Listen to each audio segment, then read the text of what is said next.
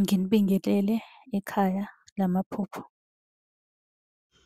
Uma umusha la ekhaya sicela ukuthi ushaye u-subscribe ukuze ngokulandelayo ungaphuthelwa uma sifaka ividiyo.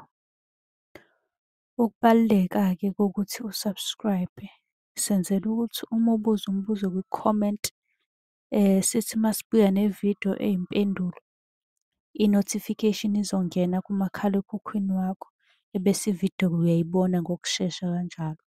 Kanti uma unga-subscribe-ile angeke uze ubone nhlobo ukuthi cha, impendulo usuyitholile. Ngakho-ke uma unombuzo buza kwi-comment sizokwenzela ividiyo.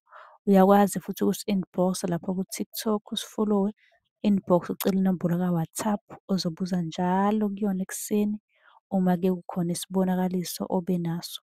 Nokubaluleka nje kokuthi-ke uwazi ukuthi ngabe lokho osuke ukuphuphile kubika ukuthini. Ake singene-ke kwelanamhlanje sikuchaze. Namuhla-ke sikhulume ngokucula. Siyazi-ke ukucula kuhlukene kaningi. Uthola ukuthi omunye ucula-ke i-gospel, uthole ukuthi omunye ucula le ingoma ethi kanje kanje. Omunye umuntu-ke la ku-WhatsApp uzongisendela ingoma ethi, mina Mphuphu nayi ingoma ngijulile impela ngiyicula. Ngabe-ke lokhu kusho ukuthini? Lo obuzile uthe ukucula, so nami ngizokucacisa. Ake sithi-ke uphupha amaculo asosizini nje, uyadabukisa. Lelo phupho lisuke libika ukugula okuzayo, libika ini? Ukufa. Kahle kahle libika ibhadi alikho lihle. Kusuke-ke lapho kumele usukume uhambe uyobona umuntu okanye uthole usizo, alikho lihle. Ebese kuba ukuthi-ke uyacula nje wena hlampe-ke ucula iy'ngoma zokukholwa. Ngabe lokho kusho ukuthini? Abanye bathi gospel. Lapho-ke usuke unesithunywa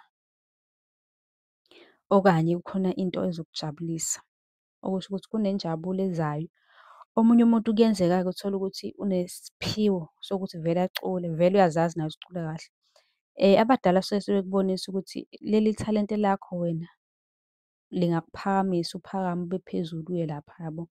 Abanye-ke uthole ukuthi-ke eze eye kuma-idols, kufike kumsebenzele futhi ebone ukuthi eish, yazi ukuya lapha kungenze ngaziwa abantu abaningi ukuthi mina nginesiphiwo kanje, yabo. Uma unephupho elikanje nawe kusuke kumele ulinakisise. Ngabe kubi ngabe kuhle kodwa naka uwenze lokho okumele ukwenze.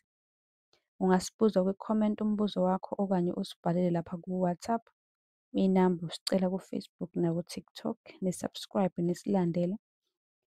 Ubuze kwi-comment ukuze sizokwenzela ividiyo nawe sikuphendule ngoba phela nonke nibalulekile. Nisale kahle.